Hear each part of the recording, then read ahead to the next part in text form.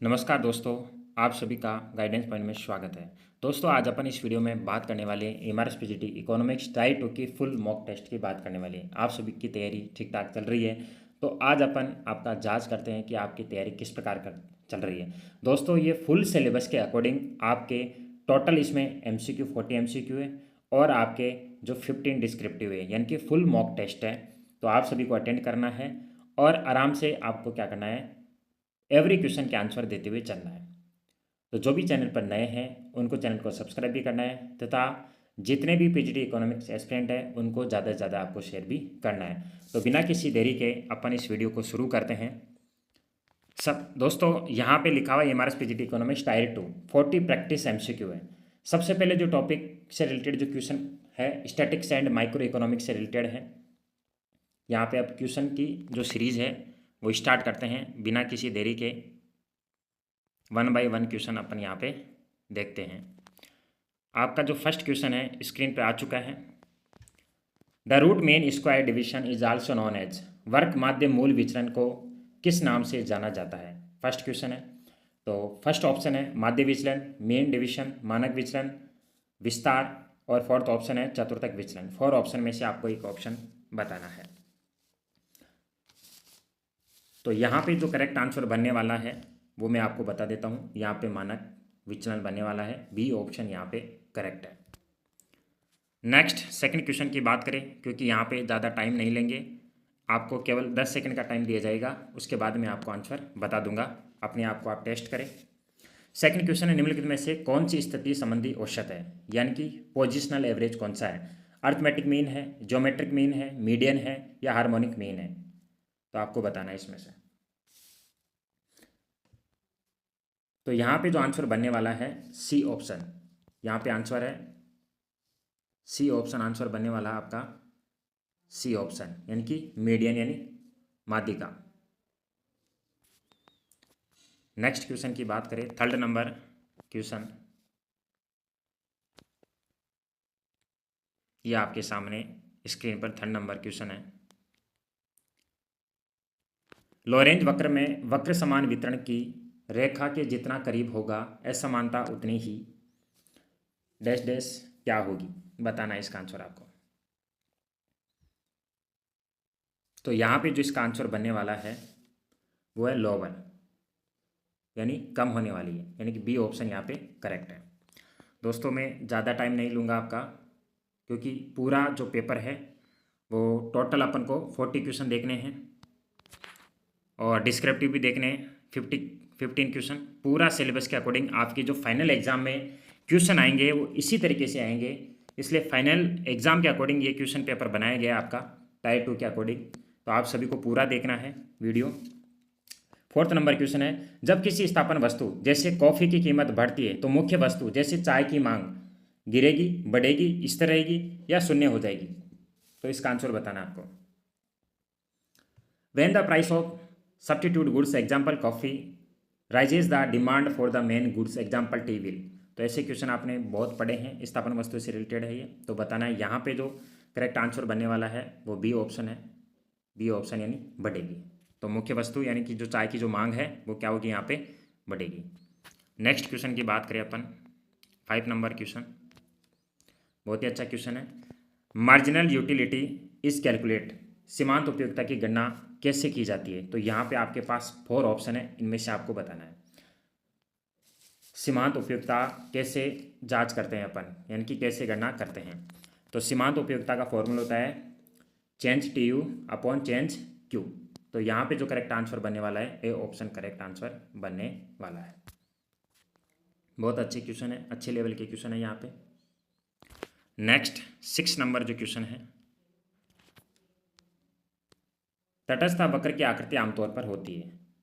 तो आपको बताना है तटस्थ वक्र की आकृति आमतौर पर होती है। दोस्तों, ये बाई लैंग्वेज है, जो इंग्लिश वाले स्टूडेंट है वो इंग्लिश में पढ़ सकते हैं और जो हिंदी वाले स्टूडेंट है वो हिंदी में पढ़ सकते हैं। जिस लैंग्वेज में आप कंफर्टेबल हो उस लैंग्वेज में आप पढ़ सकते हो। तो इसका जो करेक्ट आंसर है मूल बिंदु की ओर उन्नतोत्तर, यानी कि ए ऑप्शन यहाँ पे क्या बनने वाला है, करेक्ट ऑप्शन बनने वाला है। अब बात करते हैं अपन 7 नंबर क्वेश्चन की। 7 नंबर क्वेश्चन है, यदि मांग की कीमत लॉस अनंत है तो मांग, if the price elasticity of demand is infinity. तो यहाँ पे जो ऑप्शन है 4 ऑप्शन दिए हुए हैं, इनमें से आपको एक ऑप्शन चूज करना है। फर्स्ट ऑप्शन है पूर्णतः लॉसदार, सेकेंड ऑप्शन है परफेक्ट इलास्टिक यानी कि पूर्णतः लॉसदार, थर्ड ऑप्शन है इकाई लॉसदार और फोर्थ ऑप्शन है तुलनात्मक रूप से बेलौसदार। तो यहाँ पे जो इसका करेक्ट आंसर बनने वाला है पूर्णतः लॉसदार, बी ऑप्शन करेक्ट है। नेक्स्ट क्वेश्चन की बात करें, ये स्क्रीन के सामने क्वेश्चन है आपका, क्वेश्चन पढ़िए और आंसर देने का प्रयास करें। Total cost is the sum of, कुल लागत किसका योग है, कुल लागत। ये तो वेरी सिंपल है, आप बता सकते हो यहाँ पे ऑप्शन देखते ही, बी ऑप्शन है यहाँ पे करेक्ट है, T F C plus T V C, total fixed cost और total variable cost. 9 number question देखते हैं अपन। 9 नंबर क्वेश्चन है, किस बाजार रूम में फर्म कीमत निर्धारित होती है। पुनः प्रतियोगिता बाजार में, एकाधिकार बाजार में, ये एकाधिकारी प्रतियोगिता में या अल्पाधिकार में, किस बाजार में फर्म कीमत निर्धारित होती है यानी कीमत निर्धारित कर सकती है। तो वो होता है मोनोपोली, एकाधिकार बाजार में कीमत निर्धारित, यानी कि बी ऑप्शन करेक्ट है। नेक्स्ट बात करें, 10 नंबर क्वेश्चन है, घटिया वस्तुओं पर डैश आय प्रभाव पड़ता है, पॉजिटिव, नेगेटिव, जीरो या इनफाइनाइट अनंत। तो यहाँ पे आप जानते हो जितनी भी जो घटिया जो वस्तु है उन पर अगर उनका जो स्लोप देखे आय का वो नेगेटिव होता है, यहाँ पे बी ऑप्शन ऋणात्मक। आपको भी फटाफट आंसर लगाना है, ज़्यादा आपका टाइम नहीं लूँगा मैं। एमपीसी के संदर्भ में निवेश गुणक का सूत्र बताना है आपको। दोस्तों एमपीसी का आप मतलब जानते हो क्या होता है, मार्जिनल प्रोपेंसिटी टू कंज्यूम, और इसका जो फॉर्मूला होता है वो होता है 1/1 माइनस एमपीसी, ये इसका फॉर्मूला होता है। तो किस ऑप्शन में दिया हुआ है ऐसा, फर्स्ट ऑप्शन में दिया हुआ है, यानी कि ए ऑप्शन अपना करेक्ट ऑप्शन है।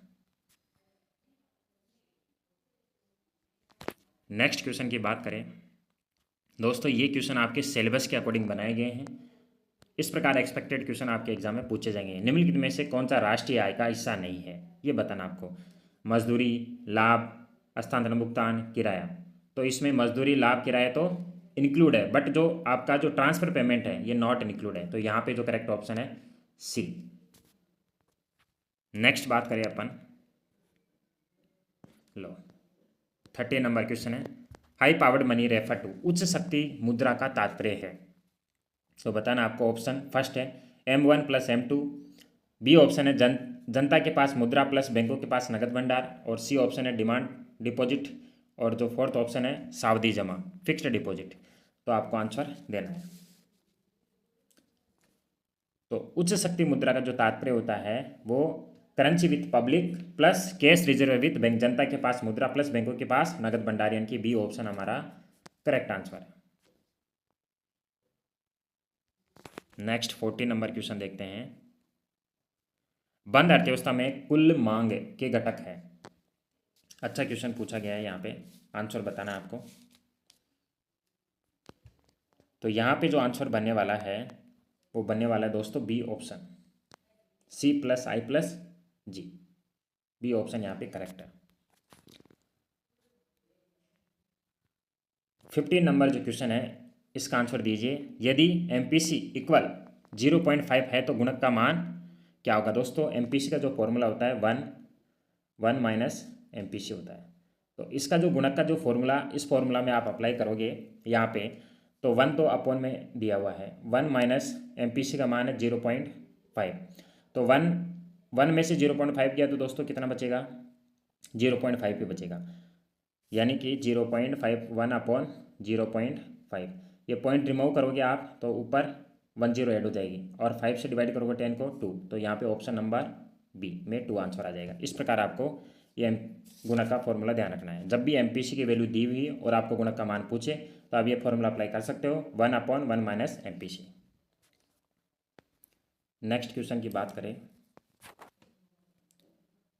ये वेरी इंपॉर्टेंट क्वेश्चन है दोस्तों, आरबीआई से रिलेटेड क्वेश्चन है आपका। कि निम्नलिखित में से कौन सा आरबीआई का गुणात्मक साख नियंत्रण उपकरण है। ये बहुत बार पूछा जाता है, अगर कंपटीशन की एग्जाम होती है तो उसमें ये क्वेश्चन पूछा ही जाता है। रेपो दर है, नैतिक दबाव है, खुले बाजार की प्रक्रिया है, सीआरआर है। दोस्तों ये गुणात्मक पूछा आपको, आरबीआई का गुणात्मक साख नियंत्रण। अब रेपो दर है, खुले बाजार की प्रक्रिया है, सीआरआर है, ये मात्रात्मक है, जबकि यहाँ पे जो ये नैतिक दबाव दिया हुआ है दोस्तों, ये गुणात्मक साख नियंत्रण का उपकरण है। यानी कि यहाँ पे जो करेक्ट आंसर बनेगा वो बी ऑप्शन है। नेक्स्ट क्वेश्चन का आंसर दीजिए आप, आपके सामने स्क्रीन पर है, ये लो। राष्ट्रीय आय में दोहरी गणना से बचा जा सकता है। फर्स्ट ऑप्शन है व्यय विधि द्वारा, सेकंड है वैल्यू एडेड मेथड, थर्ड है इनकम मेथड और फोर्थ है उपरोक्त सभी। तो बताना है आपको करेक्ट आंसर कौन सा है। तो यहाँ पे जो करेक्ट आंसर बनने वाला है बी ऑप्शन, मूल्यवर्धित विधि द्वारा। नेक्स्ट क्वेश्चन की बात करें,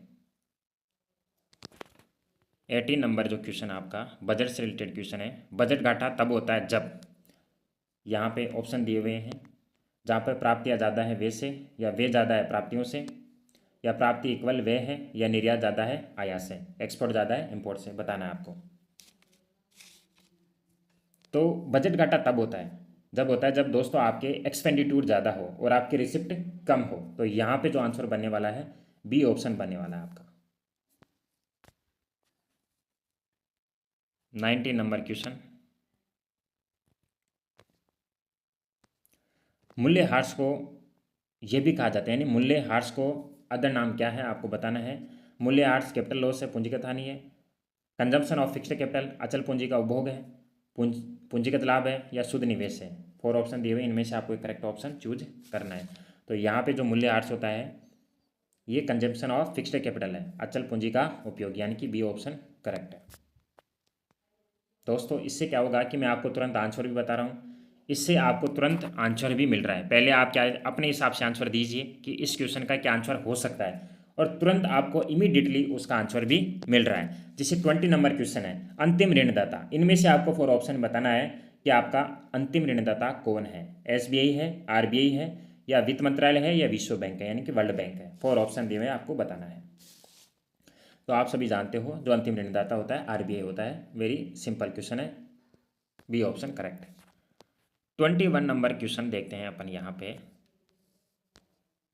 भारत में नई आर्थिक नीति एनईपी किस वर्ष शुरू हुई थी। बहुत इंपॉर्टेंट अच्छा क्वेश्चन पूछा गया है, बताइए आप। तो एनईपी कब स्टार्ट हुई थी भारत में, नई आर्थिक नीति, न्यू इकोनॉमिक पॉलिसी। तो यहाँ पे जो न्यू इकोनॉमिक जो पॉलिसी है 1991 में आई थी दोस्तों ये, और यहाँ पे बी ऑप्शन अपना करेक्ट है। वीडियो आपको पूरा देखना है, पूरे क्वेश्चन आपको देखने हैं, सारे क्वेश्चन इंपॉर्टेंट है, एग्जाम ओरिएंटेड है, ऑल सिलेबस के अकॉर्डिंग है। और मैं ये समय समय पर आपको कमेंट करना है कि आपको क्वेश्चन कैसे लग रहे हैं। ऐसे क्वेश्चन, ये तो मैंने पूरा एक मॉक टेस्ट लिया है, और अभी 22 क्वेश्चन देखिए, फिर बाद में एंड में बात करेंगे अपन पूरी। अभी डिस्क्रिप्टिव क्वेश्चन भी है, और एक क्वेश्चन में ये भी बताऊंगी कि आपको किस प्रकार आंसर लिखना है 4 मार्क्स रिलेटेड, वो भी अपन डिस्कस करेंगे, और एक एग्जाम्पल दे के आपको बताया जाएगा। 22 क्वेश्चन है, कार्य समिति 1955 किससे संबंधित है। यानी कि जो कार्य समिति है वो बड़े पैमाने के उद्योग से संबंधित है, लघु उद्योग से संबंधित है, कृषि से, या बैंकिंग से। तो जो कार्य समिति है वो जो स्मॉल इंडस्ट्रीज है उनसे संबंधित है। किनसे संबंधित है, स्मॉल इंडस्ट्री से संबंधित है। तो यहाँ पे जो अपना जो करेक्ट ऑप्शन है बी, यानी कि लघु उद्योग। फिर बात करते हैं अपन 23 नंबर क्वेश्चन की, कि प्रथम पंचवर्षीय योजना में किस क्षेत्र को सर्वोच्च प्राथमिकता दी गई थी। दोस्तों जितनी भी आपकी योजनाएं हैं ना, ये भी आपको एक बार पढ़ लेना है, यहाँ से भी जो क्वेश्चन है वो पूछा जाता है। तो प्रथम पंचवर्षीय योजना में उद्योग, कृषि, सेवा, विदेशी व्यापार। तो आप सभी को पता है कि स्टार्टिंग में जो अपना जो इंडिया है वो सबसे ज़्यादा डिपेंड किस पर है, कृषि पे है। तो सबसे ज़्यादा प्रथम पंचवर्षीय योजना में सबसे ज़्यादा अगर प्राथमिकता दी गई थी वो एग्रीकल्चर को दी गई थी। तो यहाँ पे जो करेक्ट ऑप्शन बनने वाला है बी। आई होप कि आप सभी भी आंसर सही दे पा रहे होंगे।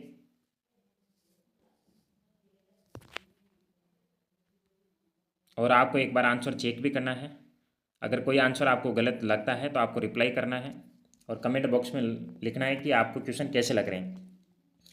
चीन में महान सर्वहारा सांस्कृतिक क्रांति किसके द्वारा शुरू की गई थी। बहुत अच्छा क्वेश्चन है।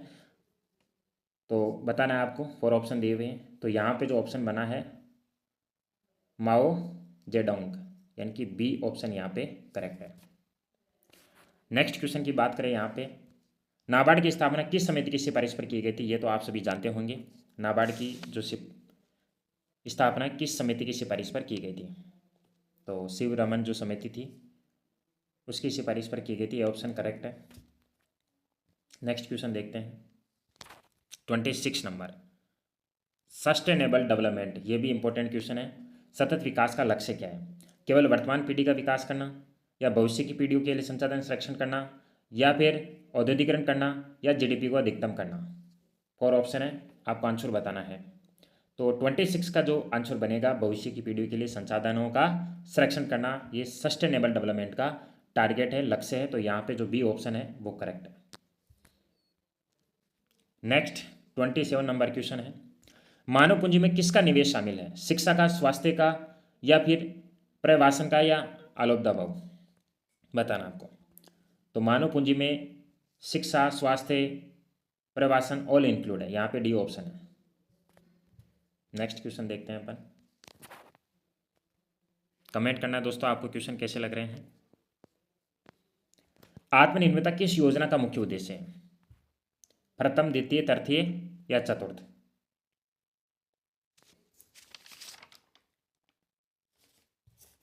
दोस्तों आंसर बताइए। तो यहाँ पे जो आंसर बनने वाला है सी, तृतीय योजना का मुख्य उद्देश्य था। नेक्स्ट 29 नंबर क्वेश्चन देखते हैं, भारत, चीन और पाकिस्तान में से किस देश में जनसंख्या का घनत्व सबसे अधिक है? भारत, इंडिया, चाइना और पाकिस्तान में से किस देश में जनसंख्या का घनत्व सबसे अधिक है? तो चीन में है, पाकिस्तान में है, भारत में है, या सभी समान है, ये बताना आपको। तो जनसंख्या का अगर अपन घनत्व की बात करें दोस्तों, तो यहाँ पे अपना इंडिया ही आएगा पॉपुलेशन में। अब बात करते हैं 30 नंबर क्वेश्चन की, विनिवेश से क्या तात्पर्य? ये क्वेश्चन पूछा गया आपका।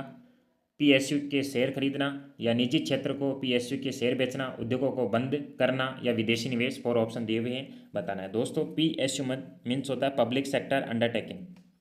तो यहाँ पे विनिवेश का मतलब ये होता है कि निजी क्षेत्र को जो पब्लिक सेक्टर अंडरटेकिंग के शेयर बेचना, यानी कि बी ऑप्शन यहाँ पे करेक्ट है। नेक्स्ट क्वेश्चन देखते हैं 31 दोस्तों। अब जो क्वेश्चन है वो advanced application and mixed question है। अभी जो आपने जो 30 क्वेश्चन देखे वो सारे सिलेबस के अकॉर्डिंग थे। अब क्या है कि जो 10 क्वेश्चन आने वाले हैं वो पूरे मिक्स क्वेश्चन आने वाले हैं। बचत की सीमांत प्रवृत्ति एमपीसी किसके बराबर है? बताना है आपको।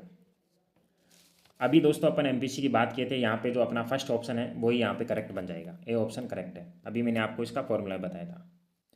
32 नंबर की बात करें अपन, ये मार्केट से रिलेटेड क्वेश्चन पूछा गया है। पुनः प्रतियोगिता के तहत लंबी अवधि में एक फर्म कमाती है।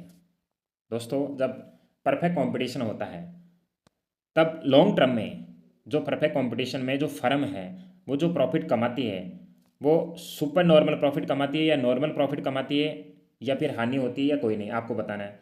तो जब लॉन्ग टर्म होता है ना उसमें नॉर्मल प्रॉफिट ही कमाती है, बी ऑप्शन यहाँ पे करेक्ट है। डिफिशिएंट फाइनेंसिंग मीन्स बताना है, घाटे की वित्त व्यवस्था का अर्थ आपको बताना है। तो यहां पे जो इसका आंसर बनेगा नई मुद्रा छापना, बी ऑप्शन। नेक्स्ट क्वेश्चन की बात करते हैं 34, प्राथमिक घाटा किसके बराबर है? यहाँ पे आपको पूछा गया है कि प्राथमिक घाटा किसके बराबर है? राजकोषीय घाटा माइनस ब्याज भुगतान, राजस्व घाटा माइनस ब्याज, कुल व्यय माइनस कुल प्राप्तियाँ, या पूंजीगत घाटा? तो आपको बताना है यहाँ पे। तो यहाँ पे जो प्राथमिक घाटा है वो राजकोषीय घाटा माइनस ब्याज भुगतान, यानी ए ऑप्शन हमारा करेक्ट है। Physical deficit minus interest payment. 35 number question की बात करें अपन, को रिलेशन से रिलेटेड है। यदि सहसंबंध गुणांक r इक्वल +1 है तो ये पॉजिटिव होगा, नेगेटिव, या कोई रिलेशन नहीं होगा? तो यहाँ पे बताना है आपको, परफेक्ट नेगेटिव, या परफेक्ट पॉजिटिव, या नो को रिलेशन, या फिर आपको मॉडरेट यानी मध्यम बताना है आपको। यहाँ पे जब भी दोस्तों जब प्लस का साइन आ जाए, जब भी क्या आ जाए प्लस का साइन आ जाए तो वहाँ पे क्या होगा, परफेक्ट पॉजिटिव होगा। यहाँ पे दे रखा है +1 में पॉजिटिव, यहाँ पे अगर -1 आता तो यहाँ पे आप परफेक्ट नेगेटिव बताते आप। लेकिन यहाँ पे जब भी प्लस का साइन आए तो वो क्या है, परफेक्ट पॉजिटिव है, और जब माइनस का साइन आए तो यहाँ पे आप क्या मानेंगे, परफेक्ट नेगेटिव। तो इसका जो करेक्ट आंसर क्या बनने वाला है, बी ऑप्शन करेक्ट है, क्योंकि यहाँ पे +1 है। नेक्स्ट 36 नंबर क्वेश्चन की बात करते हैं।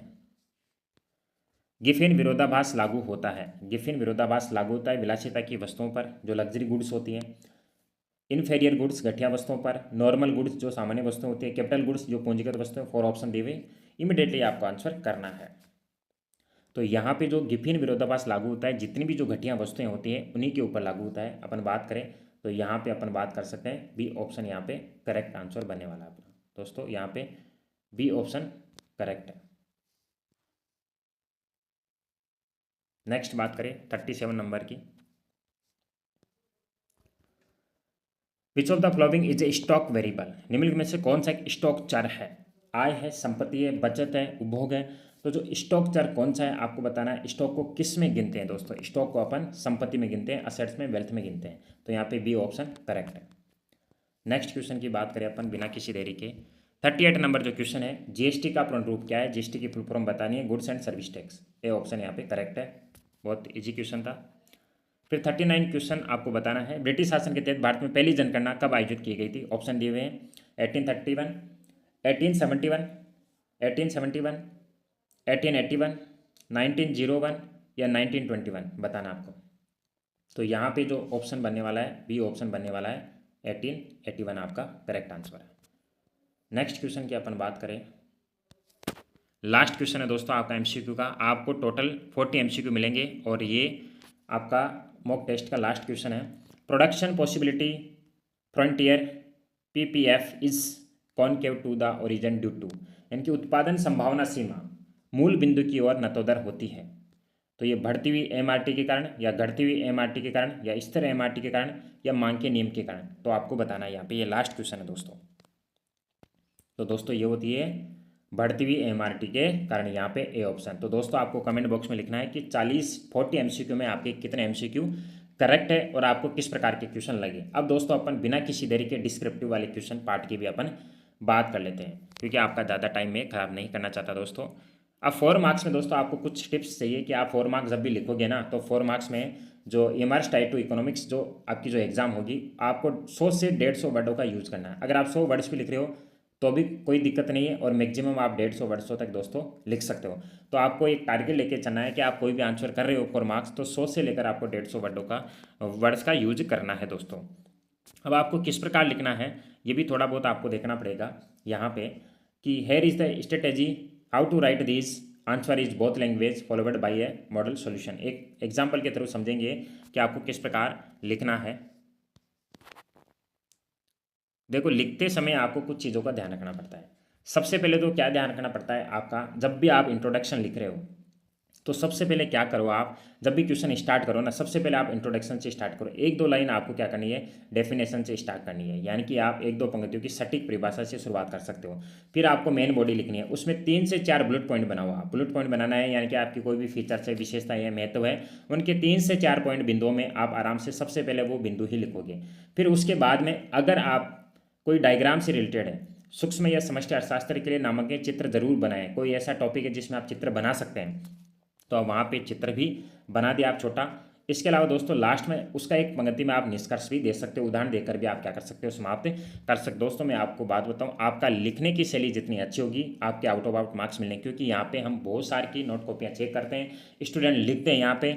दोस्तों मैं आपको बात बताऊँ, मैं बोर्ड क्लास में कॉपियाँ चेक करने भी जाता हूँ। हमारे पास टारगेट होता है कि हम 10 बजे से लेकर 2-3 बजे तक 20 नोट कॉपियाँ चेक करनी होती है, वो भी 80 मार्क्स रिलेटेड। तो दोस्तों हम क्या करते हैं, केवल बुलेट पॉइंट चेक करते हैं और हैंड राइटिंग देखते हैं कि उसने अच्छे से स्टार्ट किया नहीं किया, उसने निष्कर्ष क्या लिखा है, और उसके पॉइंट आपके परफेक्ट होने चाहिए। जो मेन बॉडी में जो एक्सप्लेनेशन है उसको पूरा कोई नहीं पढ़ता दोस्तों, उसकी 1-2 लाइन पढ़ी बस, ठीक है, आपने अच्छे से लिख रखा है, आउट ऑफ आउट देने के चांस बन जाते हैं। और जब भी आप कोई भी आंसर लिख रहे हो स्टार्टिंग में, जब आपको फाइनल आप जब एग्जाम देने जाओ तो 15 क्वेश्चनों में से उन क्वेश्चनों को पहले लिखना है आपको जिनमें आप परफेक्ट आंसर जानते हो। तो स्टार्टिंग में एक टीचर जो चेक करने वाला है उसकी इमेज बन जाएगी कि इस बंदे जो आंसर लिख रहा है वो अच्छे प्रकार से लिख रहा है, तो उस सभी क्वेश्चनों में आउट ऑफ देने का क्या करेगा, प्रयास करेगा। दोस्तों आपको ये वीडियो पूरा देखना है, अभी अपन पूरे डिस्क्रिप्टिव क्वेश्चन भी देखने वाले हैं दोस्तों।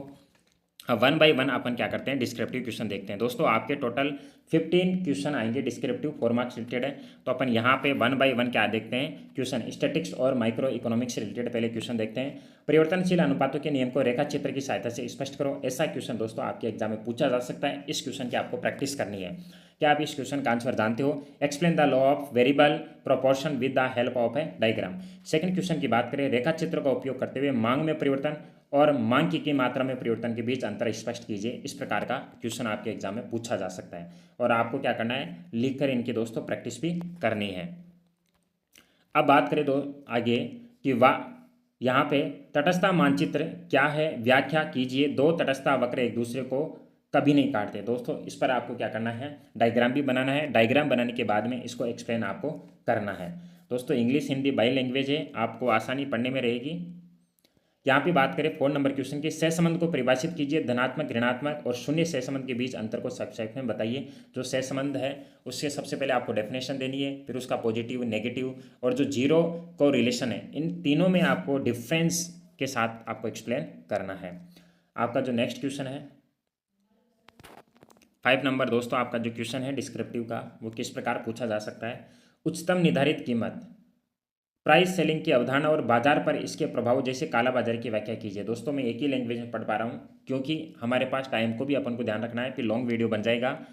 जिसको जिस लैंग्वेज में चाहिए उस लैंग्वेज में पढ़ सकता है। अब सेक्शन अपन बी की बात करते हैं, या यहाँ अपन मैक्रो इकोनॉमिक्स और बैंकिंग से रिलेटेड क्वेश्चन देखेंगे। अब एक सरल दो क्षेत्रीय अर्थव्यवस्था में आय के सक्रिय प्रभाव को आपको व्याख्या करना है। 6 नंबर क्वेश्चन है। और जो आपका जो 7 नंबर जो क्वेश्चन है वो ये है, सरकारी बजट में राजस्व व्यय पूंजीगत व्यय के बीच उदाहरण सहित अंतर स्पष्ट कीजिए। आप सभी के मन में डाउट चल रहा है कि सर ये क्वेश्चन हमें कहाँ मिलेंगे। आप टेलीग्राम में डिस्क्रिप्शन का लिंक दिया हुआ है नीचे डाउन में टेलीग्राम का, वहाँ से ज्वाइन कर सकते हो। ये PDF आपको वहाँ पे मिल जाएगा। जितने भी इकोनॉमिक्स के जो स्टूडेंट हैं उनको आपको दोस्तों ज़्यादा से ज़्यादा वीडियो क्या करना है, शेयर करना है। जो भी नए हैं उनको चैनल को सब्सक्राइब भी करना है अगर आपको ऐसे इंपॉर्टेंट क्वेश्चन चाहिए तो। 8 नंबर क्वेश्चन है दोस्तों, how does the central bank RBI use open market operation control the money supply. यानी कि केंद्रीय बैंक मुद्रा आपूर्ति को नियंत्रित करने के लिए खुले बाजार की प्रक्रिया ओपन मार्केट ऑपरेशन का उपयोग कैसे करते हैं, ये आपको एक्सप्लेन करना है।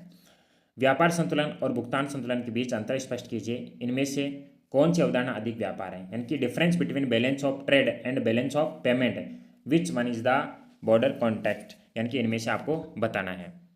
नेक्स्ट क्वेश्चन की बात करें जो 10 नंबर जो क्वेश्चन है दोस्तों, 4 क्षेत्रीय अर्थव्यवस्था में कुल मांग AD के घटकों की आपको क्या करनी है, व्याख्या करनी है। इस प्रकार दोस्तों ये डिस्क्रिप्टिव के जो क्वेश्चन आपके एग्जाम में पूछे जाने की संभावना है। अब दोस्तों अपन इंडियन इकोनॉमी डेवलपमेंट, दोस्तों पूरा सिलेबस आपका कवर किया गया है। स्वतंत्रता के बाद भारत में शुरू किए गए भूमि सुधारों के प्रभाव का मूल्यांकन कीजिए। फिर 12 नंबर जो आपका जो क्वेश्चन है वो ये है, 1991 में आर्थिक सुधारों LPG की नीति को लागू करने के मुख्य कारण क्या है, ये आपको बताना है। नेक्स्ट अपन बात करें 13 नंबर क्वेश्चन की बात करते हैं दोस्तों, भारत में सतत विकास के लिए जैविक खेती के महत्व पर आपको क्या करना है, चर्चा करनी है। Discuss the importance of organic farming for sustainable development in India. 40 number है, चीन के ग्रेट लीप फॉरवर्ड अभियान की तुलना भारत की औद्योगिकरण रणनीति से कीजिए। बहुत इंपॉर्टेंट क्वेश्चन है दोस्तों, इस प्रकार के क्वेश्चन पूछे जाने की संभावना रहती है। मानव पूंजी को परिभाषित कीजिए। शिक्षा में निवेश आर्थिक विकास में कैसे योगदान देते हैं। दोस्तों ये जो इस प्रकार के जो क्वेश्चन होते हैं ना, ये जो 13 नंबर का जो क्वेश्चन है, 40 नंबर का क्वेश्चन है, 50 नंबर के क्वेश्चन है, ये वेरी इंपॉर्टेंट क्वेश्चन होते हैं ऐसे, क्योंकि इन क्वेश्चन का जो जवाब हर कोई नहीं देता है। अब नेक्स्ट अपन बात करते हैं दोस्तों, आपके जो क्वेश्चन है वो 15 कंप्लीट हो चुके हैं यहाँ पे। तो दोस्तों मैंने इस जो वीडियो में है ना, टोटल आपके 40 MCQ करा दिए दोस्तों, टोटल आपके 40 MCQ कंप्लीट करवा दिए मैंने। इसके अलावा दोस्तों आपके जो 50 है डिस्क्रिप्टिव करा दिए। यही आपका टायर 2 एग्जाम है दोस्तों। इस प्रकार आपके टायर 2 एग्जाम में पूछा जाएगा। पूरा टोटल सिलेबस के अकॉर्डिंग है दोस्तों, आपको पूरा वीडियो देखना है, आराम से आपको पूरा हेल्पफुल मिलेगा। अगर आपको ऐसी वीडियो चाहिए तो चैनल को सब्सक्राइब भी करना तथा अपने दोस्तों में शेयर भी करना। दोस्तों एक वीडियो बनाने के लिए काफ़ी स्टूडेंटों का कमेंट था, सर हमें क्वेश्चन चाहिए, तो मैं एक वीडियो के माध्यम से आप सभी को एक अंदाज़ा दे रहा हूँ कि आपके एग्जाम में किस प्रकार के क्वेश्चन पूछे जाते हैं। क्योंकि इकोनॉमिक्स मैंने भी दोस्तों बहुत पढ़ी है, मैं भी एक कॉमर्स का स्टूडेंट हूँ, मैंने 11th-12th में पढ़ी है, कॉलेज लेवल पर भी इकोनॉमिक्स पढ़ी है। इकोनॉमिक्स एक बहुत ही इंटरेस्टिंग सब्जेक्ट है, इसमें बहुत ही पढ़ने मेरे को तो बहुत ही मज़ा आता था, मेरे सबसे ज़्यादा इकोनॉमिक्स में ही मार्क्स आते थे। तो इकोनॉमिक्स में किसी प्रकार की कोई दिक्कत नहीं होनी चाहिए। आप सभी को जो भी आपके डाउट है पूछ सकते हो, और ऐसे ही क्वेश्चन मैं आपको डालता रहूँगा और आप सभी इनको देखते रहे। अब दोस्तों अपन क्या करेंगे कि जो आपका जो 4 मार्क्स जो रिलेटेड हैं वो किस प्रकार आपको लिखना चाहिए, अपन एक एग्जाम्पल लेके देखेंगे कि जो 4 मार्क्स जो क्वेश्चन है आपको एग्जाम में किस प्रकार लिखना है। अब दोस्तों यहाँ पे बात करते हैं कि हमारे पीजीटी इकोनॉमिक्स टाइप 2 2026 के नियमों के अनुसार 4 अंकों के वर्णनात्मक उत्तर के लिए 100 से 150 शब्दों को आपको लेकर चलना है, और आपको डिस्क्रिप्टिव जब भी आप उत्तर लिखो तो आपको एसडी फॉर्मूला याद रखना है। एसडी फॉर्मूला का मतलब दोस्तों ये आपके माइंड में होना चाहिए कैसे आपको आंसर लिखना है।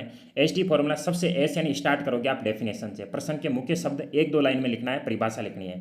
डी का मतलब आपको एक छोटा सा डायग्राम, चित्र, डेटा, यदि संभव हो तो एक छोटा सा रेखा चित्र या कोई तालिका जरूर बनाएं। अर्थशास्त्र में पूरे अंक दिलाने की गारंटी है अगर आप ऐसा करते हो।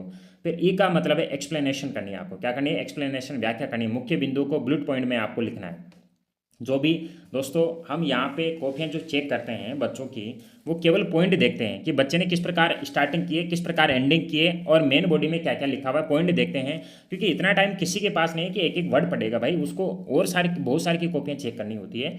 इसलिए आपको क्या करना है, स्टार्टिंग अच्छे से करनी है, और आपके जो पॉइंट हैं वो अच्छे लिखने हैं और फुल करेक्ट लिखने हैं, हैंड राइटिंग में लिखने हैं आपको। अब दोस्तों किस प्रकार आपको लिखने हैं ये सारी चीज़ें अपन देखेंगे, एक एग्जाम्पल के तौर पे लेंगे। जैसे यहाँ पे अपने पास एक क्वेश्चन लेते हैं, मांग के नियम की व्याख्या करें और इसकी 2 सीमाओं अपवादों पर आपको क्या करना है, उल्लेख करना है। Explain the law of demand and mention is two expansion पर आपको मेंशन करना है। सबसे पहले क्या करोगे, आप डेफिनेशन लिखोगे। सबसे पहले क्या लिखोगे, ये डेफिनेशन है, इंग्लिश में दी हुई है। The law of demand state that there is an inverse relationship between the price of commodity and its quantity demanded keeping other factor constant. इस प्रकार आपको क्या लिखनी है, कोई भी एक राइटर के अकॉर्डिंग, या ऐसे भी आप एक डेफिनेशन लिख सकते हो। इसके बाद में दोस्तों आपको क्या करना है, जैसे आपकी जो डेफिनेशन होगी उसके बाद में आपको क्वेश्चन में पूछा गया आपको कहीं 2 अपवाद बताने हैं। जैसे एक तो गिफिन गुड्स के बारे में आपको लिखना है सबसे पहले, फिर वेबलेन गुड्स के बारे में आपको लिख देना है। ऐसे दोस्तों ये हिंदी में दिया हुआ, सबसे पहले परिभाषा लिखोगे। मांग का नियम ये बताता है कि अन्य बातें समान रहने पर किसी वस्तु की कीमत और उसकी मांगी गई मात्रा के बीच विपरीत संबंध होता है। तो सबसे पहले आपने क्या लिख दी दोस्तों, डेफिनेशन लिख दी। डेफिनेशन लिखने के बाद में दोस्तों एक छोटा सा आपको ऐसा डायग्राम बना देना दोस्तों। ये बहुत ही अच्छा एक मांग का डायग्राम है। यहाँ पे दोस्तों प्राइस दी हुई है इस प्रकार, और यहाँ पे क्या दी हुई है दोस्तों, यहाँ पे क्वांटिटी दी हुई है। यानी कि जब आपकी P2 प्राइस थी तब आपकी डिमांड क्या थी दोस्तों, Q1 थी। यानी कि ये प्राइस थी तो आपकी डिमांड Q1 थी। जैसे दोस्तों जो प्राइस P2 से P1 हो गई, यानी कि यहाँ पे जो प्राइस है वो बढ़ चुकी है, प्राइस क्या होगी, बढ़ गई। जैसे दोस्तों ये प्राइस बढ़ी ना, तो आपकी जो डिमांड है दोस्तों Q से Q1 हो गई, Q से Q1 हो गई। तो दोस्तों आपको पता है कि प्राइस और जो आपकी जो डिमांड है इसमें दोनों में दोस्तों विपरीत संबंध चलता रहता है। जैसे आपकी जो प्राइस बढ़ रही है तो आपकी जो क्वांटिटी है वो क्या हो गई, यहाँ पे कम हो गई। तो इस प्रकार दोस्तों एक छोटा सा आपको क्या करना है, डायग्राम भी बनाना है। फिर उसके बाद में आप आराम से 2 अपवाद बता सकते हो। इस प्रकार गिफिन वस्तुओं के बारे में बता दो, ये वे घटिया वस्तुएं जिनकी कीमत बढ़ने पर मांग भी बढ़ जाती है, जिससे मोटा अनाज। दोस्तों आपको शॉर्ट लिखना है बट क्लियर लिखना है दोस्तों। वेबलियन वस्तुएं प्रतिष्ठा सूचक वस्तुएं जैसे हीरा, जहाँ सामाजिक प्रतिष्ठा के कारण कीमत बढ़ाने पर मांग बढ़ती है। तो दोस्तों मैंने एग्जाम्पल लेके भी बता दिया है कि आपको किस प्रकार लिखना है। इस प्रकार अगर आप एग्जाम में लिखते हो दोस्तों तो आपको कोई किसी प्रकार की दिक्कत आने वाली नहीं है। तो दोस्तों आज वीडियो में पूरा जो मॉक टेस्ट कंप्लीट हो चुका है, आपको पूरा देखना है, और जो भी चैनल पर नए हैं उनको सब्सक्राइब करना तथा अपने दोस्तों में शेयर भी करना। दोस्तों एक वीडियो बनाने के लिए बहुत मेहनत करनी पड़ती है दोस्तों, काफ़ी स्टूडेंटों का कमेंट था, उसके बाद मैंने ये वीडियो बनाया है। अगर बनाने के बाद में आप इसे नहीं देखते हो तो फिर कोई मतलब ही नहीं है दोस्तों, आपको देखना भी है, इससे आपको काफ़ी हेल्पफुल मिलेगी। दोस्तों मैं यही कर सकता हूँ कि आपके लिए वेरी वेरी जो इंपॉर्टेंट क्वेश्चन है वो मैं लेके आ सकता हूँ। पढ़ने का काम आपका है दोस्तों, आप पढ़ोगे तो आपका ज़रूर सिलेक्शन होगा, और आपको तब तक नहीं रुकना है जब तक आपका सिलेक्शन नहीं हो जाता। मैं केवल आपकी एक हेल्प कर सकता हूँ, और मेरा सिर्फ एक कहने का काम है, पढ़ना आपके काम है।